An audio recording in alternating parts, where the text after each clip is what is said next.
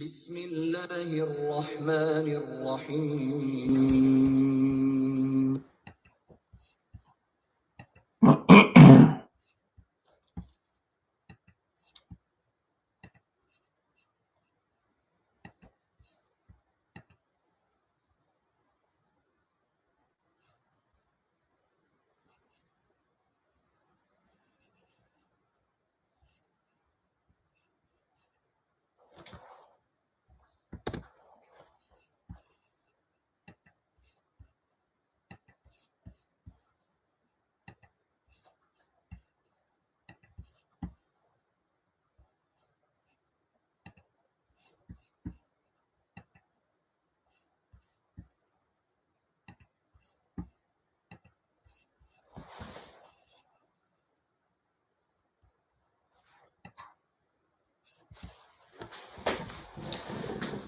Assalamu alaikum. It is Wednesday, the 14th of September 2022, and in our series Reflections on the Holy Quran, this is broadcast number 361. And recently we have been looking at the significance and meanings of the words of Al-Baqarah, verse 104. And this is our ninth broadcast in discussing the words of this verse of the Holy Quran.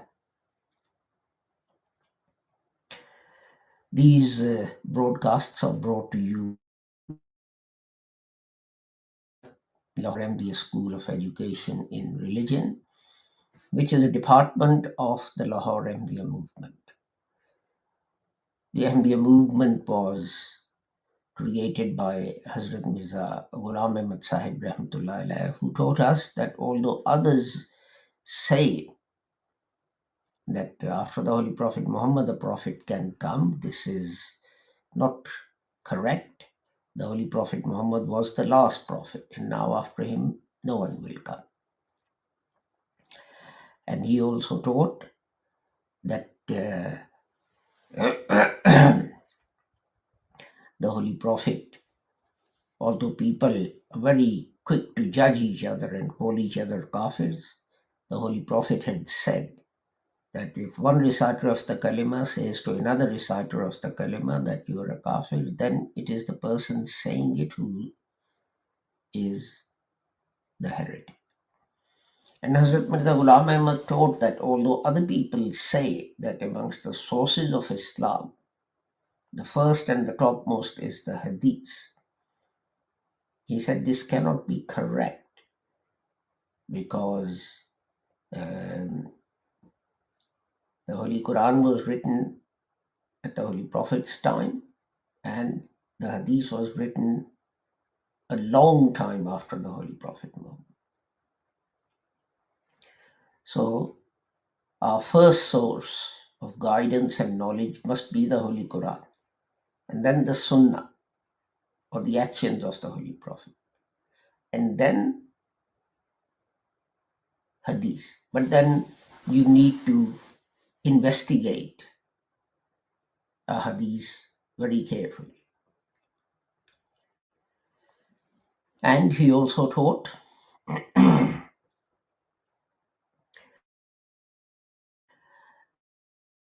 that unlike what others say, that Ayah Rajam and Surah Walayat are missing from the Holy Quran, no prophetic revelation is missing from the Holy Quran, and no verse of the Holy Quran is abrogated.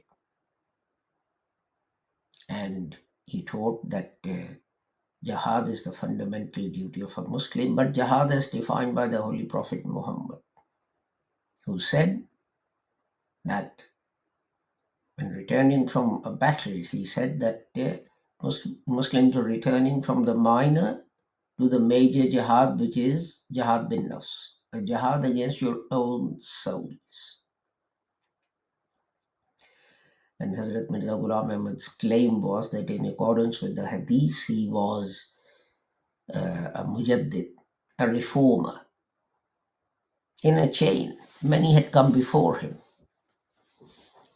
but his distinction was that he said the Messiah and the Mahdi spoken of in the Hadith weren't names for personalities but titles for a mujaddid, and he was the person to whom these titles applied. Although he said that that doesn't mean that at other times other messiahs and mujaddids will not appear. So let's turn to the verse of the Holy Quran. أعوذ بالله من الشيطان الرجيم بسم الله الرحمن الرحيم يا أيها الذين آمنوا لا تقولوا راعنا وقولوا انظرنا واسمعوا وللكافرين عذاب أليم. O you who believe, say not Ra'ina, say Unzurna, and listen. And for the disbelievers, there is a painful chastisement. Yesterday we looked at the word azab, and today we look at the last word of this verse, which is alim. So let's have a look at that. Its root, my cursor has disappeared. Its root is Hamza Lam Mim. Now I want to remind you that in Urdu we say alif, but in Arabic it's called Hamza Lam Mim. And in Urdu, it makes word alam, which means pain. And you have word almiya, which means tragic, and so on. So this root appears in the Holy Quran 75 times in two forms. 72 times it appears as alim, and 3 times as ya'lamu. And alimun means pain, painful, etc. Like this verse that I was just reciting, painful chastisement. And alamu, severe pain. And as the Holy Quran says, فَإِنَّهُمْ يَعْلَمُونَ كَمَا تَعْلَمُونَ. And the severe pain that you suffer from, they too suffer from severe pain in the same way. And again in chapter 2, verse 10, we have وَلَهُمْ عَذَابٌ أَلِيمٌ,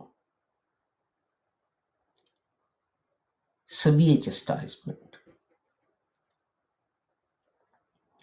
Or alam ya'tikum. So this is a question, but anyway. So this means pain, but azabun alim, severe pain. And people always think of it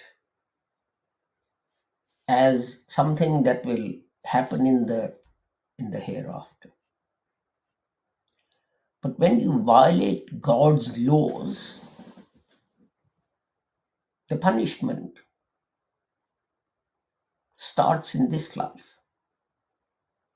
You see, Quran gives you rules of living life which are dictated by God. And God says, if you live this life according to those rules, then this life and the hereafter, they're both going to be good. And if you don't live your life according to these rules, then what will happen is that you will receive punishment, severe punishment in this world and the hereafter.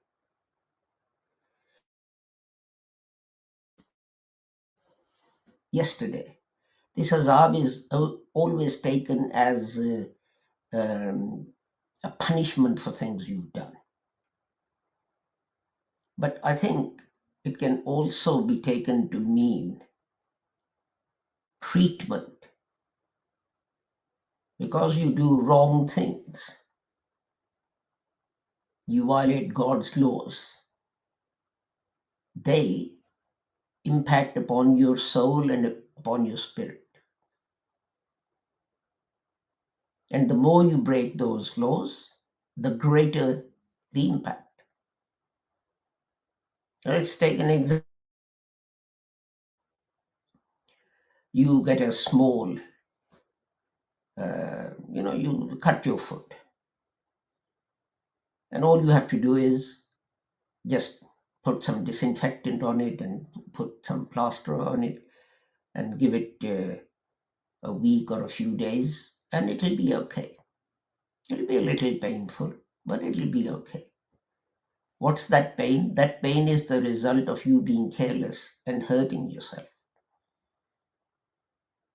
But because you acted to deal with that situation, although you suffered a little pain, it's going to, you're going to recover. It's going to heal. But if you let it fester so that your foot becomes perhaps infected and there is pus in it, and then go to the doctor. Now, the doctor will probably have to cut the area which is infected,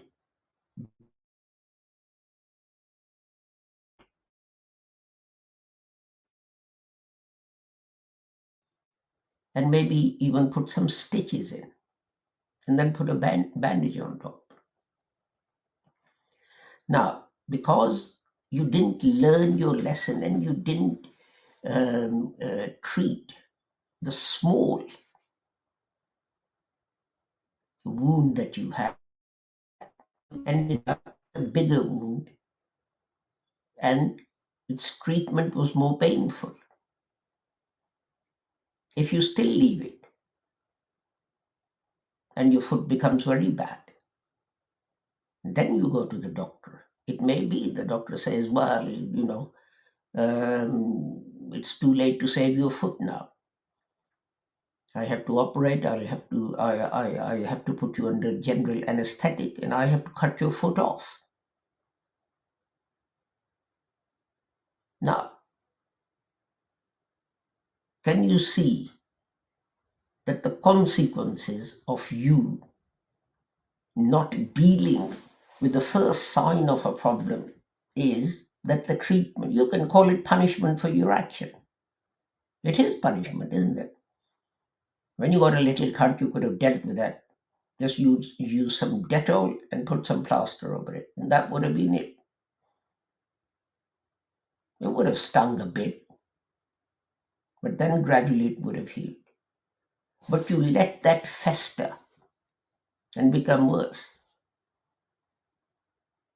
And the more you ignore it and left it, and the worse it becomes, more severe the treatment. You can say more severe the punishment.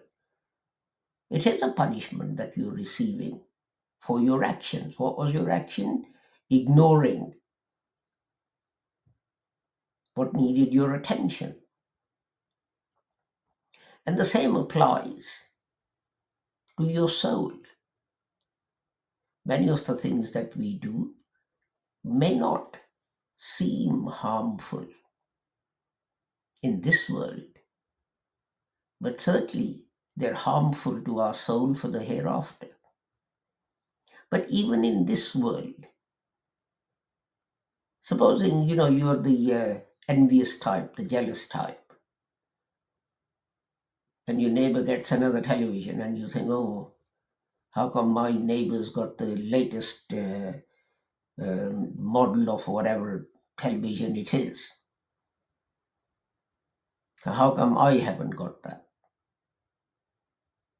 Now, that jealousy, you're burning in that jealousy. That is a punishment for you being the jealous type, the envious type. You must have everything that someone else has, whether you have means or not. But you see, unless you contain this, it can lead to worse things. So you think, oh, okay, what I'll do is I'll do a bit of gambling, not much. I'll just put a little bit of money. I go clickety clack on my laptop, and I get to some website which allows gambling, or go to a channel on television where gambling is allowed. I'm not going to gamble much. I'm just going to do a little bit, enough for me to have money to buy a better model of television that my neighbor has got, and then I'll call him in, and I'll show him, I've got a better model of television. Can you see what's happening? That sin of jealousy is now creating worse and worse consequences. If you go through with your idea and you bet your money, you might lose. And then, if you were going to put £10 on something, whatever it is, I don't know, and win whatever, £2,000, enough to buy that television, now you lose that £10. So what do? You say, well, I've lost £10, so I've got to get that back. Plus, I need £2,000 to buy that television. So maybe I shouldn't have bet £10. Perhaps I should have bet £30, so that I win enough to get the stake back, as it's called, plus enough money for the television. And so it goes on. This punishment, this burning in the hell of jealousy. And the punishment has started. It started in this world. It started physically. I used to give some time to an organization called the Citizens Advice Bureau.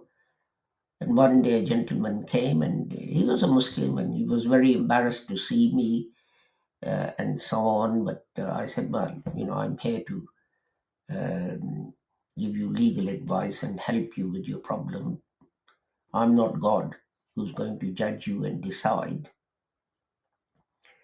So he told me that his friend had a system, and his friend said, if you use this system to gamble, what are they called? Casino, you can never lose. Well, one thing is, if people could develop systems by which they never lost, why would there be so many casinos in the world? Why? There are so many casinos in the world because that's the best money making business for the investors. As they say, the house never loses.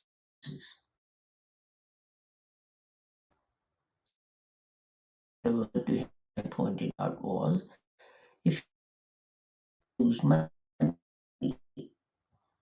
Why didn't your friend use his own money?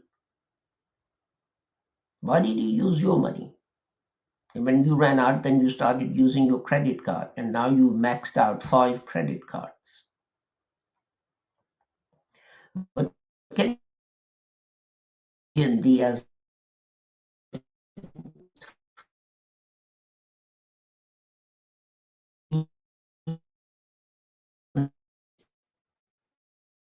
case it was final demand from gasoline company. He was terrified of answering the telephone. It may be one of these organizations ringing him to tell him because he hasn't paid his bill. They're coming round to disconnect his whatever electricity or gas or whatever you have. He was afraid of answering the door if the doorbell rang. Why?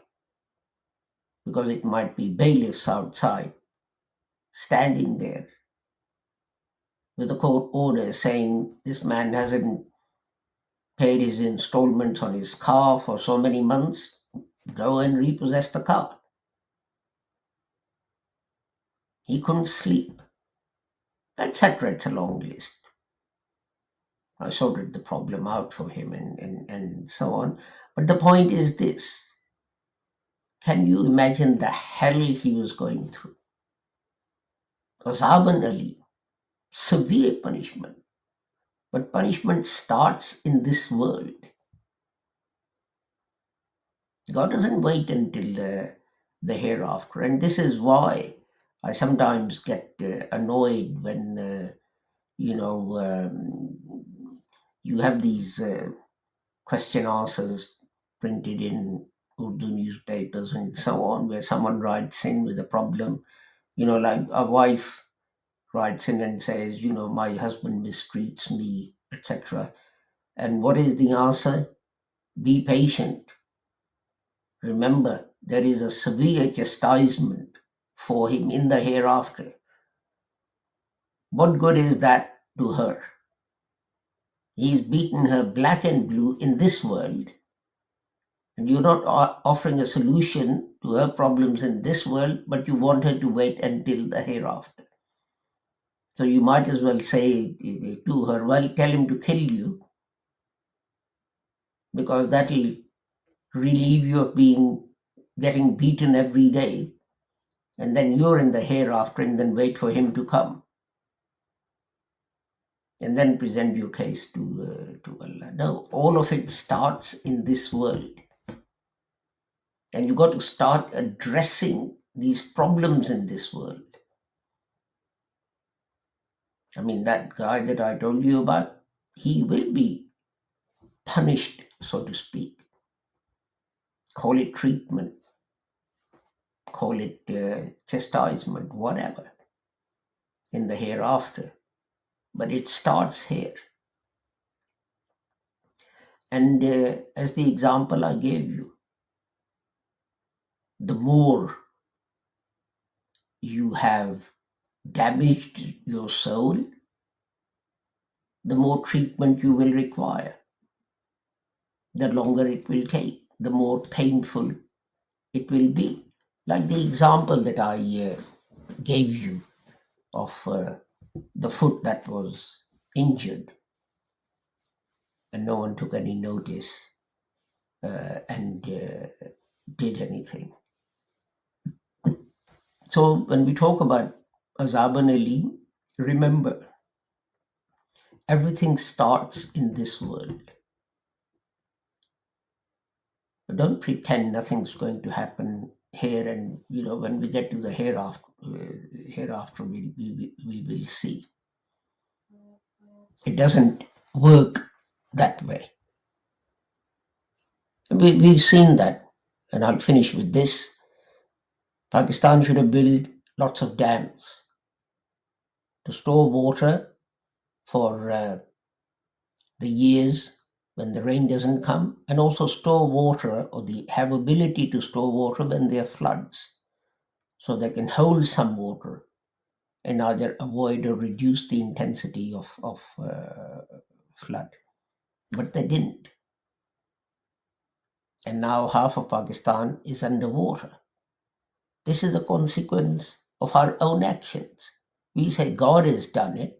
Well, was God going to come down and build the dams? You knew you had to build dams and you didn't do it. So now you're being punished for it. And God says in the Holy Quran that, you blame me, but it's the consequences of what you have yourself done. And you can't expect to do one thing and the result to be something different.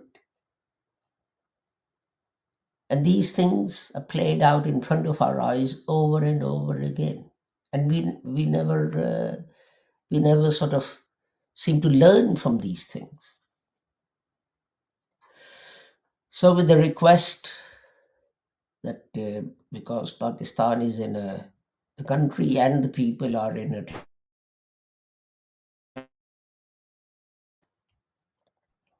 please pray for them, and also if you can spare any time or money, donate it to help those people. And with the prayer that whoever you are and wherever you may be, may Allah keep the whole of humanity safe and sound and free from harm. Assalamu alaikum, Khuda Hafiz, and goodbye.